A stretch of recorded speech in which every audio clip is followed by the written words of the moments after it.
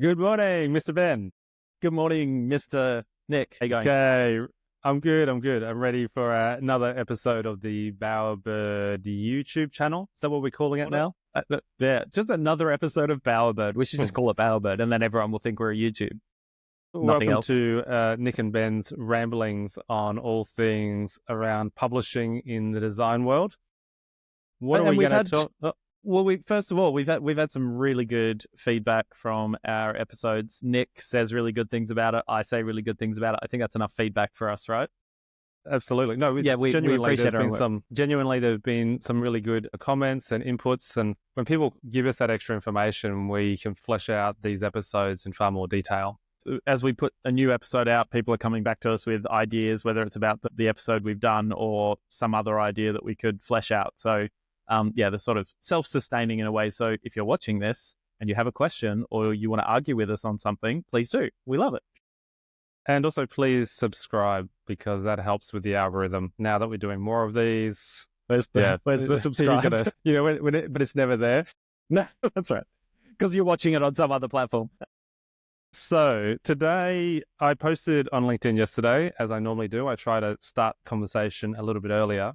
And the conversation was around what are journalists looking for? And this is really, we're trying to get away from the generic answer to this. And it's in response to journalists who are trying to find hard to get content or stories. And that leads into what we call a call out. So we want to talk about that because we've got some tech that's coming to support this, but we want to unpack this a little bit first. Yeah, the call outs on Bowerbird, we call them call outs or project requests. They basically are what has started this conversation, because we've seen an influx of theme-based call outs rather than people who are just looking for a particular type of project.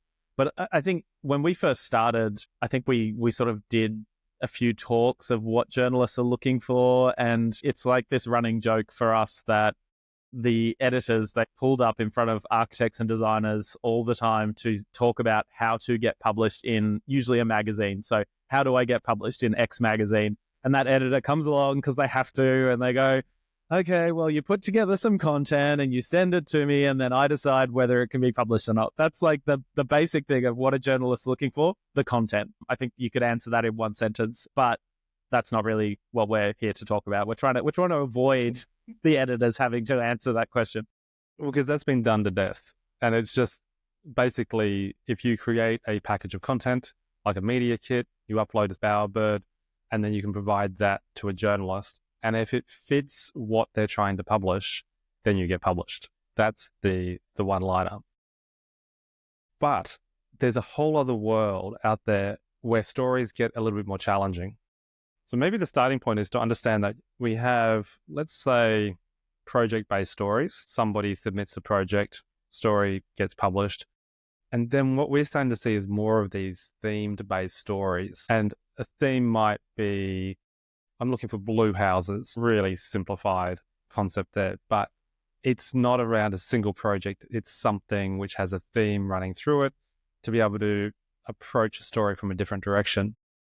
Is that a fair explanation of it? Yeah, absolutely. I think all journalists want to tell better stories. And usually a project story, it has a great narrative usually, because you're talking about, beginning, middle, and end, problem, challenges, solutions. That's a really good narrative to be able to tell. So great story. Everyone's going to love it. But I think there is this increasing sense of, I don't just want to see that. I want you to tell me something new that is relevant to me. And those client stories, whilst they are great narratives, they're not actually necessarily telling you something actionable that you can do something with. So I think the advent of really good blogs, really good web content, means that people quite often want a takeaway. Like, okay, so blue houses. What are the best shades of blue to paint your house? That's that sort of next step, which becomes very useful for a publication because there's a higher level of engagement. But you also get a variety of images. In a lot of ways, it's a nicer piece of content to consume online. So I think online has probably been a big part of why we're seeing an increased push for theme-based stories. Yeah, I would have thought it's because project-based stories are everywhere. it's a staple for a lot of publications. And then if publications are trying to stand out, what they're doing is trying to find a different way of talking around that same subject in an interesting or novel way, which may be something that's unexpected. So when you're talking about a theme, people aren't really expecting that. Whereas when you're talking about a project, well, every day there's 10, 20, 50 new projects popping up. You want to break out of that mold a little bit. And Well, so I think that's what people think of when they hear the term archi-porn. And for anyone listening to that, that's just beautiful images of architecture is the idea of archi-porn. And I think a lot of that has come, or that term has come from the fact that we see a huge number of single project stories on platforms that just publish single project stories. And whilst it's great content to consume, the idea is people aren't reading the words, they're just scrolling through the images. They're not, there's no depth to it. It's interesting. We have had some feedback. There are some architects who don't really like these types of stories. They see them as low quality stories. Like, why are they only talking about the color blue? They should be talking around my project. Well, I think what's really interesting about that, obviously there's a little element of academic snobbery around that, I think, because a lot of these publications are much closer to the audience than, the architect or designer who might have a problem with those stories. So they're trying to give the audience what the audience wants. And you can argue to the cows come home whether you should give the audience what they want or what they need. But I think most publications try to do a bit of both, something that people will click on, fantastic, and something that people will click on and read, also fantastic. But that idea they're almost like gateway stories. So they're easily accessible to a much wider audience, which brings them into contact with something like architecture, and then potentially they become more involved in thinking about it. Whereas you think about more of the academic stories or more detailed architecture stories, you've already gone on an architectural journey by the time you read that. That's not your starting point. Your starting point is probably somewhere else. You've dug so deep that you get back to the thing that was at the surface, but in with all of the other context that comes with it. So absolutely. I mean, I think what we like talking about those color ones, we've had a few of those call outs recently on Bowerbird. What used to happen and still happens with a lot of the large blogs, you'll see Dezeen doing this, maybe Design Boom, but definitely Dezeen. They will do a theme that is 10 kitchens using butterfly yellow. And what they're doing is they're using their existing content. So they're not actually going out to find new content. They always are. But I mean, in those stories, they're actually trying to direct the readers back to their other stories. And I think the interesting thing about that is that they may want to do new stories around that particular topic as well, but it's so much easier to reuse the existing content in new ways. So I see why they do that. But I think the interesting thing with these call-outs like color is that if all you're doing is doing an image and, hey, this image uses this color, then it is quite surface level. And what we're trying to do is join the dots between other industries as well. Like I know for this particular one, we started to look into how do you get in touch with color specialists? Like there are people out there who talk about, they're color psychologists who understand what color a room should be and, what sort of emotions it evokes. That to me is a really interesting detailed story that also is just a story about color. And they're quite hard to make, aren't they? Like you've done these sorts of stories in the past where you're trying to pull together sources. I'm going to be really honest with you. Online publications very rarely have the resources to do any serious journalism. And when I say serious journalism, I mean, yeah, you might want to do a story about color, but you've got a really tight deadline. You've got 10 other stories you're working on. And really all you can manage is, all right, I'm going to go out to my mailing list and ask them for examples of houses with a particular color. Every one of those people would rather write a story that was super interesting. Can I talk to a color psychologist? Yes, I can, but that's something that I do not have time for. Well, you'd have to go research somebody who has their expertise in that. Then you would have to reach out to them, try to get their contact details. Then you're hoping that what they return is something interesting or useful for your story.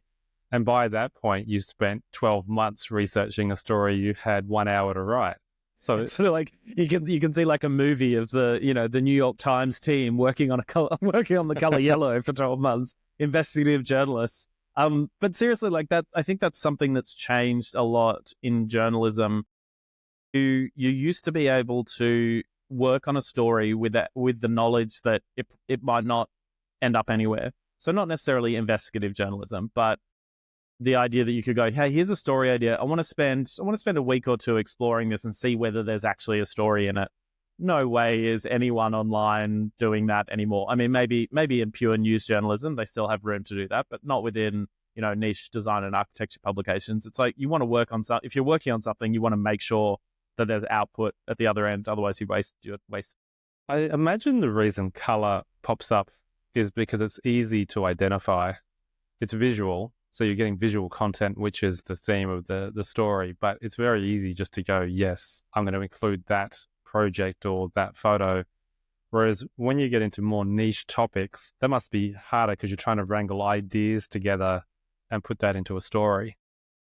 Yeah, color is a good one because you know that there's going to be a certain amount of content, which is basically what you said. If you're talking about different sorts of themes, so we had one recently with the Wall Street Journal that was families that had left the US to live somewhere else, or that are in the US, they've moved somewhere during COVID. So, the mass exodus, which was to other parts of the US or other countries, and then have moved back. And it's about their experiences of doing that. Now that is beyond niche. That is, but the interesting thing is, you go, there's got to be hundreds of examples of that. What a great story too! Yeah, fantastic story. Yeah, you can see why they're trying to create the story, and then there's this gap between essentially the research team trying to find the people to put into the story. And again, how do you find them to even begin with? And then the amount of time reaching out to them. I can hear certain editors yelling at you. Research team, are you serious? Like there are not research teams, like not really. Like you're talking about one journalist, one editor who's charged with, who probably came up with the idea originally, is wanting to like see this thing through. And I think that's the key, is your instant reaction to that is that would be a really interesting story. And the story is obviously, when you flesh it out, it's like, well, what were they looking for? Why did they move? And then what's triggered them to come back? These are all such relevant concepts for a very broad audience. And obviously the idea is, well, architects and designers probably know a lot of these clients. So, let's go and find out if we can find any. But it is super niche, really, really hard topic to cover. Yeah. And you think about the amount of time it would take. Like if you were doing that seriously, the number of people you could call and just get crickets, nothing is coming back. You could call real estate agents, you could call architects, removalists. Like you probably get to a point where, how do I get to these people? And at the same time, there must be lots and lots of people who have done that move and are now going back in the other direction. So really challenging. It's like if you could jump on a dating app and find like the exact person that you wanted, which just doesn't, that's not what dating apps are for. You have to go through a lot of junk before you find junk. I shouldn't say that. A lot of people before you find what you're looking for. So I think it is this thing of, the wider you can cast your net, the more likely you're going to find one of those. In this example, it was 3 examples of people who had done that. But then there's all these barriers to that as well. So I know Sarah, a painter at the Wall Street Journal, who we know quite well, she is looking for these examples, but clients or the people need to want to be interviewed, and they need to want to talk about budgets and, how their life has changed, all these things, which are a lot to ask from a person. Like, I think this is the interesting thing about journalism. Like, you want that story because it's so valuable to so many people, but those people don't necessarily want to share that because they don't, not everyone is a media whore like Nic and I. Well, yeah, but there's lots of people who don't want to be in the media or have their houses in the media. But I think we're going to do an episode coming up all about that topic, because we've had experiences all over the world where there's different communities who they blanket not on the internet. Think LA, Hollywood, places like that, where there's a lot of NDAs that are signed. But you imagine there's a lot of mums and dads who are just like, I don't want to talk in this topic. Yes, that's one of the many challenges of trying to write these sorts of stories. Something that's interesting is thinking about the Wall Street Journal. It's one of those places where a lot of architects probably think, I wish I could get published in a large newspaper, but understanding what they're really looking for, architects go, I've got a project. Can you publish project? And that's not how that sort of publication works. That's how an architecture publication works, who has a feed of project stories coming out every single day. Sarah said they do publish single project stories, but it has to be newsworthy. There has to be a reason for them to write about it. It has to be relevant to the audience. And I think that's probably the hardest thing to get your head around. If you're not thinking about this every day, it's like, don't think about how that publication can help you. Think about how your story can help that publication's audience, because that's really what they're looking for. And that comes back to that color article idea. Why are they doing those? Because when they publish them, they get lots and lots of clicks, or lots of views, like it sells the content. So think about what the audience wants, not necessarily what you think they should be writing about, because you will just essentially shoot yourself in the foot. Well, and a good example is, let's say you're uploading a project to Bowerbird and you haven't included your budget. So there's no financial information to begin with. So put in your budget. That gives you an option now to overlap with any publication who is interested in that. So think about real estate publications, think about any financial sort of type publication, but then provide some meat to that. At the moment, that's just a number. That's kind of your base detail. What's the story that goes with that? Like, what were the clients trying to do? How does this fit into the current economic times? Like, can you tie it into, interest rate pressures or downsizing? There's always these other stories below the surface, which don't really get told in the typical architect's projects description, because you wouldn't use that in your awards description, but it's really useful for some of these publications.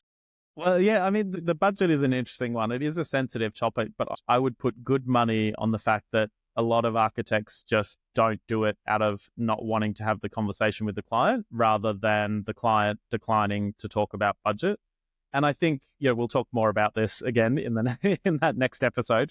But the more information that you can encourage your clients to share, the more relevant it is. But even just thinking about budgets, it's like you can massage that. Okay, what's the range of the budget? So you don't have to give the exact amount. You could just say, look, it's $1 million plus, or anything that just gives some relevance there that then that journalist can use as a fact. I think the other thing that's interesting is these large publications like the Wall Street Journal or New York Times, they're not really the types of publications where you just submit a project and you get published. You really need to be there at the right time with the right content that's matching what they're looking for, which is why these call-outs have been really interesting, because the call-out essentially is allowing the publication to say, this is what we're struggling with. And if you match that, guess what? Ding, ding, you've suddenly got an opportunity to be in one of those really large publications. So very different game. There was a really good example recently. We send this out to everyone in our database to say, hey, this publication is looking for this content. Someone jumped onto Bowerbird, subscribed, and then instantly submitted a kit. The kit that they submitted had everything that the journalist was asking for, as in verbatim quotes talking about, this may have been a color sort of one. It was something like that. I think it was a Pantone story, I think. That's right, Pantone. So it was because Pantone color of the year came out, and it's like, I don't know, coffee of some kind, a cappuccino or something. But this interior designer was like, hey, this is something I know. They were ready, and they were just like, I've got to submit to this. This is my article. And what was really interesting about that is I'd actually spoken with the journalist, and they'd said, we've got everything we need for that story. And so this person kind of came in after that, after apparently they'd had everything they needed, but they gave them exactly what they really needed, which was quotes directly addressing the call out, images that went with that, everything that they needed. And if I was a journalist, absolutely. That means I don't have to pick up the phone anymore. I've got all of that content sitting right there. It's exactly what I've asked for. It's made for me, so no one else has that, and it comes straight through. So I think that is just a key example. When you get a call out, whether it's through Bowerbird or externally, when you get a journalist asking for content, don't send them an image of a project and say, oh, would this one be any good? Spend the time to give them exactly what they want, and I would say 1,000 times more likely to choose your project because they don't have to do that for themselves. This is probably a good segue in explaining how you find out about callouts. Currently on Bowerbird, if you go to discover Bower kits, at the top, there's a section which is highlighting the latest callouts which are coming in each day. So by going there, you can be opportunistic, jump in and see if you've got a project which matches whatever's being asked for. The other way is that we obviously email out to our users, letting people know that, hey, here's a story that people are looking for. But we're seeing that whole process is growing a lot because we're finding so many journalists now, like there is a lot coming through because, and this is why I asked the question on LinkedIn yesterday, because it feels like the trend is shifting. And I wonder if it's because it's getting easier. Whereas before these callouts were on Bowerbird, it was quite difficult to make these stories, but now they're getting easier. Is that opening up an avenue of a different type of story which is becoming popular? Well, we kind of know it is because a journalist will run a call out and then be back a week later to run another one because they had such a good response. So that does, if it's not working, if it's not helping them, then they're not going to come back and do it again. So the fact that we are getting multiples would suggest that that's working. And whether the themed articles is an increasing trend or not, I would say rather than it being an increasing trend, journalists have always wanted to do this. It just used to be really hard, almost impossible if you didn't have a massive network to be able to write these stories. I'm just reading through these now because they change each day, so it's just fascinating to read what they are. So we've got one here which is unusual loft conversions in the UK. Okay, that's fun. I think that would be interesting to see. What else have we got here? Angular kitchen designs. We've got one there. Oh, here's a very niche one. Examples of micro cement used in home interiors. See, what's interesting here too is the publications, I'm assuming there's some sort of overlap with products or advertising or something else where the publication might have a story that they want to tell, but then it's for some other purpose. Yeah, I mean, I've worked in magazine publishing before, and it's not something that people probably advertise, but the sales team will come over, and this is why it's really important that editorial teams have strong integrity. The sales team will come over and go, suppose you guys have written anything on micro cement, or I don't suppose you guys have written anything on micro cement's so popular at the moment. It's like anyway, we're just getting so many projects around micro cement.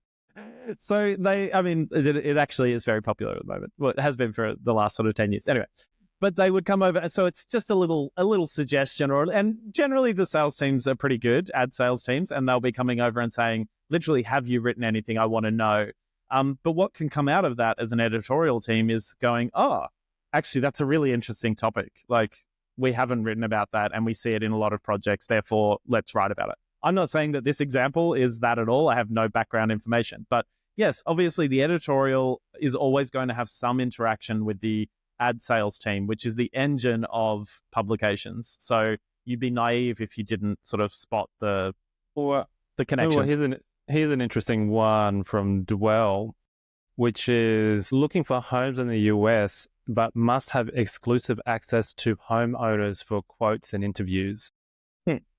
Well, this is freelance writer Natasha Bazika, who writes for Dwell. But this is fascinating too, because it's highlighting what journalists actually want, which is those quotes from the homeowners. So by going through call-outs, you start to see the little details which stand out. And then as you're creating your kits, do this beforehand. That there is an example why you should have a quote from the homeowner in every single Bower kit. Just go talk to them, send them an AI interview. You can do that really easily now. You just put in their email and then AI will do the hard work for you. The really interesting thing, this is probably one of the most difficult things as a writer, particularly in print publications. They almost always want to interview or include the clients in the story. And what often happens is, so let's think about this the other way around. Rather than responding to a call out, you've got a project, you're like, cool, I'm going to submit this to Dwell. You submit it to Dwell. Dwell comes back and goes, oh, this looks really interesting, right? You go, oh, great. What happens next? And then Dwell says, well, we need all of this information and the owners need to be on camera and they need to be interviewed. And then the architect goes, I don't want to ask my clients that, or my client said they don't want to do that. So you've wasted your time, you've wasted the journalist's time because you haven't figured out what they need. And this is the thing about call-outs. When a journalist tells you what they need, don't send them something that doesn't fit that brief. It's not worth doing. Don't go, oh, what do you think about this? This isn't a blue house, it's a pink house, but I think it might be relevant to your story. Which is interesting. We do see people trying to get, the square peg into the round hole sometimes. Yeah. And this probably isn't the time to do it. It's probably better off to pay attention each day to the call outs which are coming through and then finding the one that's perfect for you, like the Pantone story, and going, that one matches me really well and I can excel at it. Because the other thing to remember is there's lots of people who are trying to submit as well to these call outs. So you trying to do something which just doesn't fit, you're just wasting your time and the journalist's time. Stay focused on when you've got a good match, that's the perfect time to do that. Well, and the other thing is to, like we've said this for approximately 10 years now, is have your content ready to go. You need to have these things in a kit of information, and the more information you have, the better it is. So that when a call out like that comes through, you can just say, okay, cool. All I need to do now is get one quote on the color, and then I've got everything I need to submit to that.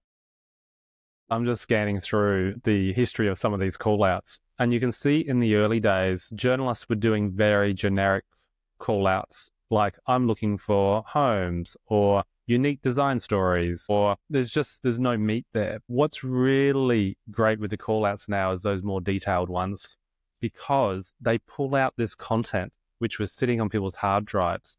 Oh, we've talked about this before with the Dusty photo syndrome, but also just these niche topics like the bookshelf on a fireplace, or is it those bookshelves with, staircases with built-in bookshelves. Yeah. Super niche. But there's all these people who have content on that and they would never upload it because there's not a full story. And what call-outs are doing is allowing, I almost call them micro stories. They're not full projects. They're just zoomed in on a specific detail. And so even if the overall project, let's say, isn't a winner, it's not going to stand up and get published by itself, there may be details which do stand up in that specific type of story. Well, it comes back to the old unique and sexy diagram that you used to do. So if something is unique and sexy, it's really likely to be published. If something is really unique, it's likely to be published. If something's really sexy, it's likely to be published. But the further you go down that axis, the less likely it is to be published. But the interesting thing in that is, like, unique in this context is specific in a way. It's not necessarily unique. It's just that you are one of the few people who has that particular thing. And that's what makes it unique. So you're more likely to get published.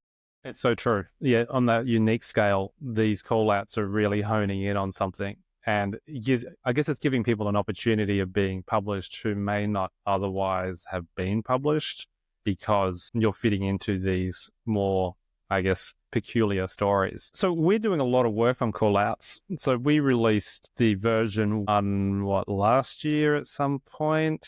Yeah. Has it been? Things move so fast now. It could have been like, I'd say, third or fourth quarter last year. Yeah. Third or fourth quarter. And it started off with the basic idea of asking people for content. But since then, we've been working hard on adding a lot of AI to this to do the heavy lifting. Because you imagine we can only send out so many emails to our user base saying, here's a niche story, before you get to the edge of how niche you can really get. You start to run out of. So the AI is coming along now and is actually doing really intense research all over the world for any topic now, being able to try and dig in and figure out, who do we think is going to have content for that niche, where we can ask for, hey, Pantone colors. Who does AI think should be interviewed for this? And then the AI is doing heaps and heaps of research and then trying to reach out to those businesses and saying, hey, do you actually have content on this? So we're just about to release that. We're in early testing this week. So hopefully over the next week or so, we start to see these call outs pulling in really fascinating content. The interesting thing is the broader a call out is, the more content that journalist gets. And I think that might be sort of why we're seeing this zeroing in a little bit, because the initial broad submissions would get a journalist, maybe 100 submissions, and that's a lot to work through. So we're also working on the smarts of how you filter that content to make sure it is the best ones, at least, or the most relevant ones are at the top. Well, because part of the problem is if you try to do this manually, and let's say you go to Google, the results from the front page of Google, they're not very good. Or you get some generic listicle, which has already done something. An example might be, bamboo architecture. What happens is trying to do unique research on that using Google, even AI. Like, AI is not very good at this by itself. You have to work quite hard to get the results that you want. And I guess if you're typing in like I've just done bamboo architecture. I mean, can you guess? Don't do it yourself. Can you guess which which results are at the top? I'm guessing there's Arc Daily, or there's a Dwell article on bamboo. Dezeen, Arc Daily, Architizer. And then the first time you get to something super niche, there's one called Bamboo U, which I think it's just a blog about bamboo architecture. I was like, so they're doing well to be that high up. And the interesting thing is, Google is kind of a way to decide whether the topic is relevant or not. So you come in and you go, oh, look, other people are talking about it. So if I was a journalist, I would put that in. I go, look, it's quite a common article. What do I really want to be writing about? My next step would be, the challenges of working with bamboo as an architectural product. That gets niche, and you're not going to find that on Google. Yeah, it's also why AI is not very good at this by itself, because it's drawing upon Google. All it's doing behind the scenes is it's Googling what that phrase is, and then it's getting all the generic results. And it's saying, I found all this stuff on bamboo for you. Aren't you happy with the results? And it's like, I think, no, you've just copied off some other publication. I think that what AI, whichever your preferred AI platform is, we don't want to advertise for anyone, but when you go on there, what it's probably great at is helping you to identify what the story should be about. So having a conversation with AI about, what's a niche area of bamboo architecture that no one has really covered much, I think it'd be good at helping you refine that. But then to get the links to it, I mean, you're essentially saying, tell me what no one has written about before. Now give me examples of that. You're not going to find it because you're the first one to write this story. Which has always been the game with Bowerbird as well, which is we're trying to get the content in front of the journalists. Otherwise, the journalists are left going to other websites to source their material. So that's why you end up with things getting basically the endless loop of the same content. Whereas for a journalist, it's often exciting when you get stories which have been untold or are new, or there's a different angle to it, or otherwise it's very much a copy and paste process. I think what's interesting for us, like we analyze how successful these call outs are. I really love these very niche topics where they've got usually a tight deadline as well. So I know that it's, an online article most of the time where they're like, I've got a deadline, I've got to get this thing done. I just love watching the deadline approach and watching that journalist, because we have the alerts when there's a download, watching those journalists just download multiple projects, and you go, great, they've got their story. And that's how you know that the whole thing works. So as we roll out AI call outs, we'll probably be doing a couple things. One is we'll try to avoid that time delay. I think that's always been a bit of a struggle where journalists have a deadline. It's taking a few days because there's some manual work that goes into doing the call outs. But hopefully the AI will be able to do that by itself and speed up that process. So that's quite exciting. And hopefully the quality gets better. So when we first release this, we've got some quality controls in there to try to guess what looks like good content coming through. But over time, I think we'll try to add more and more smarts, in inverted commas, to be able to dig in and go, is this really good content for this story, or is it not matching? So that's exciting. It'd be fascinating to see the call outs that journalists put up over the coming months. The big takeaway is that it works so well. Apart from your own mailing list, it's really hard to get out to the people that you want to get out to. And then if you're doing something niche as a journalist, your mailing list is not the right place to go. where do you go? How do you find that stuff? There is a lot of research involved. And I think what you're really looking for are the people who can, not only the contacts, but the people who are actually going to respond to you. So you only want to be dealing with the people who have exactly what you want, not the hundreds of people who don't have exactly what you want. That's hard because you're essentially trying to do research on publishable sources, which we've spoken about this before, which is this idea of publishability. What does that mean? Because it's a quality metric. There's lots of people who could talk on colors, but they don't really have any content to provide on it. And so you might be able to get a quote, maybe they know how to respond in a way that's useful for journalists. Trying to find somebody, for example, Bamboo Architecture, who have got good photos for that, that's a bit more challenging. So there's a whole process of trying to identify who might have content, being able to reach out to them, then getting them to submit content, then being able to assess that content and getting that flow to really work. Once you get that working, now you can open up all these niche topics. I think the most interesting thing that I'm seeing is the not necessarily a shift, but the addition of expert commentary. Like journalists are going, I want expert commentary with examples, like high quality professional photography examples of this thing. And I think that's fascinating that you're not just talking about archiporn. You're not just talking about getting the images and using those images to complement what you're writing about. They're actually going, I want you to comment on this. And again, I come back to, whilst AI is going to start to do some of this, it won't help if you're not giving the exact thing that particular journalist is looking for. So if you're just sending your standard media kit and saying, oh, would this be suitable? Just give them what they want. Like it doesn't have to take very long. We've got an AI interview tool on Bowerbird where you can actually interview yourself and get that information out. So let it help you create a quote. But the reality is, if you're not giving them what they want, someone else will, and you'll miss out. This is why I don't think AI is going to replace publishing. I don't think it's going to be this full sweep where it just comes through and pumps out generic content, because the real story is from real people doing things. So let's say the Bamboo Architect. AI can generate a story. It can look through the web. It can source existing stories, and then you have, 1,000 words. But that's not a new story. And so it's always about getting to the source material and finding those unique stories, which, again, this is why I'm fascinated by whether or not publications are thinking about how they're shifting to get away from generic content into getting more into, for want of a better term, custom content.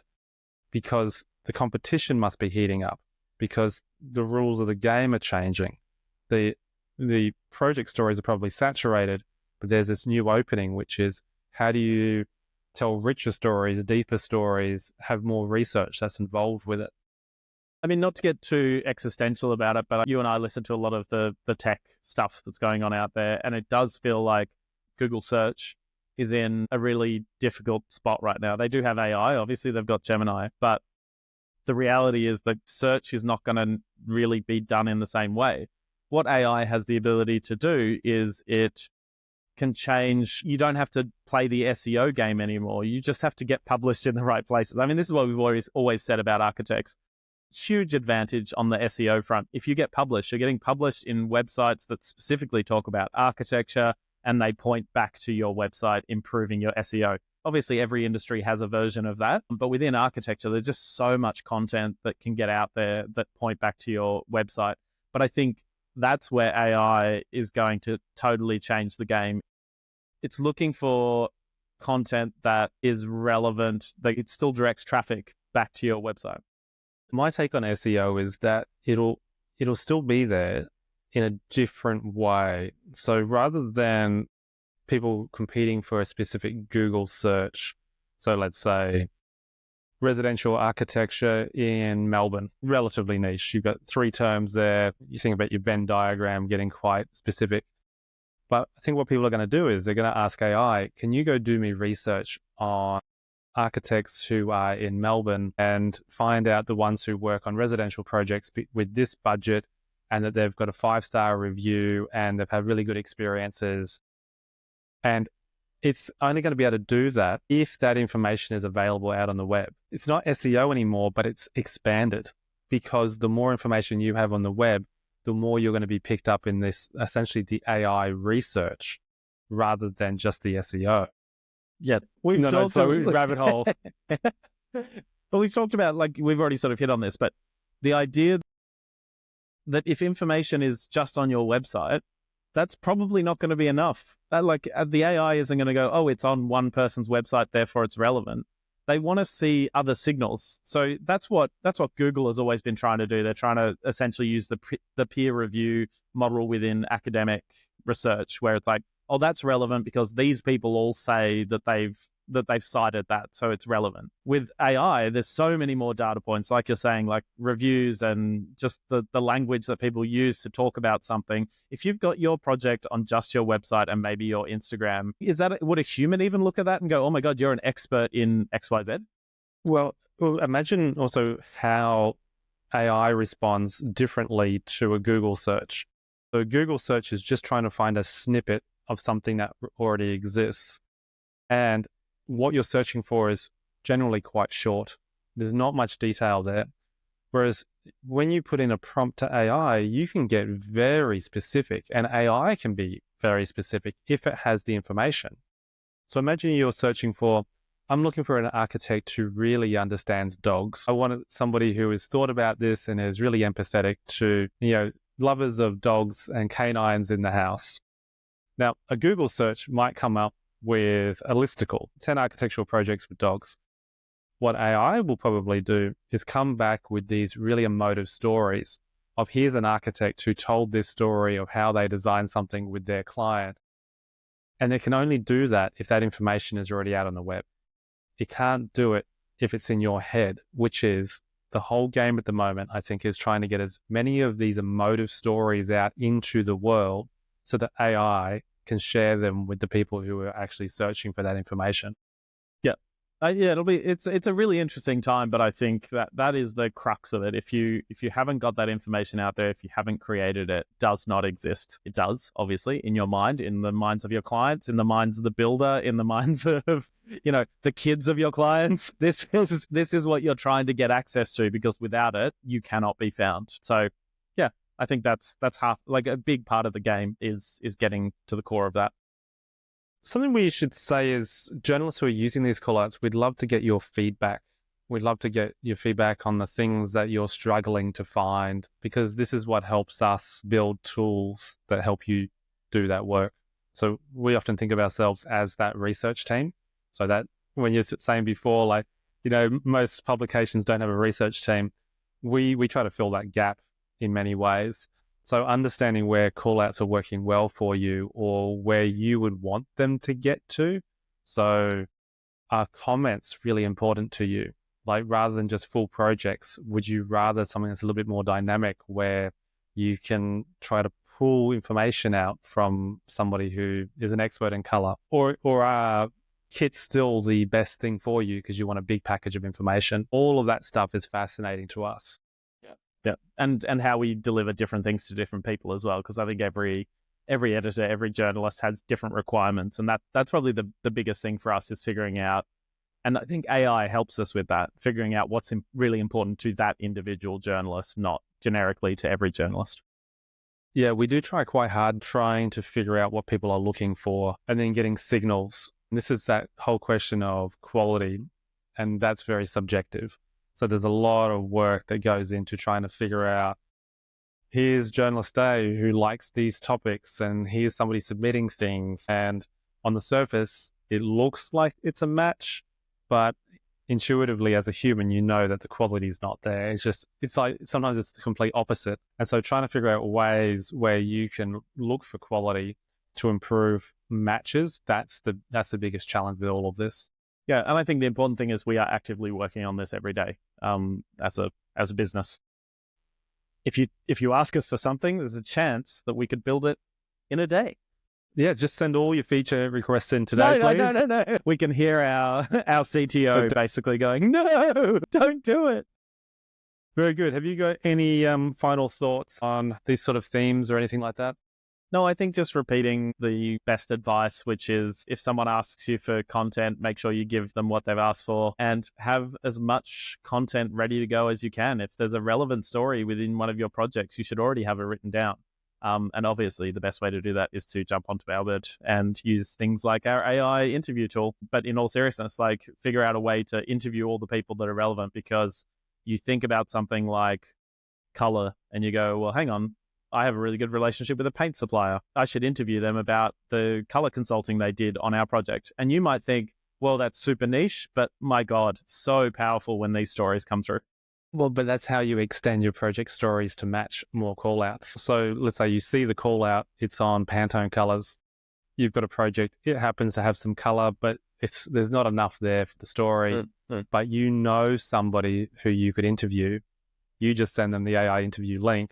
Suddenly that building matches that call out. That's why thinking of your project as this ongoing vault of information, it's not this static project description. What it actually is this opportunity for you to tell that story in many, many ways as you add to it based on what people are actually looking for. And which is why your back catalogue of projects has so much value that you probably haven't even tapped, even though you've spent thousands of dollars on the photography. Don't let them sit there and collect dust. Yeah, you should definitely use your back catalogue because, again, you've got content ready to get published, which is a whole other topic, which we might cover in one of these episodes about procrastination or the dusty photo syndrome. Yeah, that's a good point. We should. Very good, folks. Okay, thank you, everyone. If you are finding these useful, please comment on YouTube or LinkedIn, wherever you find this video, and subscribe, because that helps us build up an audience and motivates us to keep doing more of them. Ding, ding, ding, wherever. Very good. Okay, thank you, everyone. Bye. Bye. Bye.